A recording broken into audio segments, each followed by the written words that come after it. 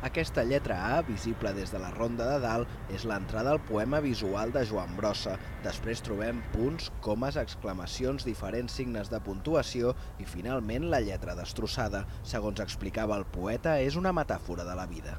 Seria un símil de la vida. Entres, passes per tot de complicacions, etc. i finalment es trenca la cosa. Ubicat als entorns del Velòdrom d'Horta i construït l'any 84, és el primer poema visual a l'aire lliure de l'artista i també el més representatiu.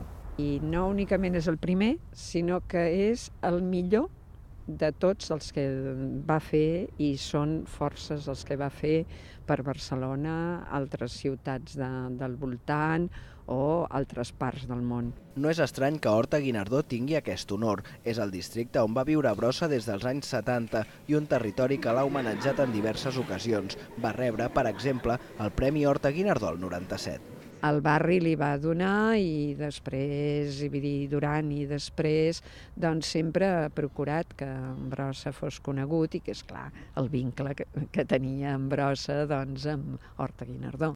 Aquest 2019 es compleix el centenari del naixement del poeta i s'han preparat diversos actes commemoratius. També pot ser un bon moment perquè aquells que encara no ho han fet coneguin de primera mà la seva obra més representativa.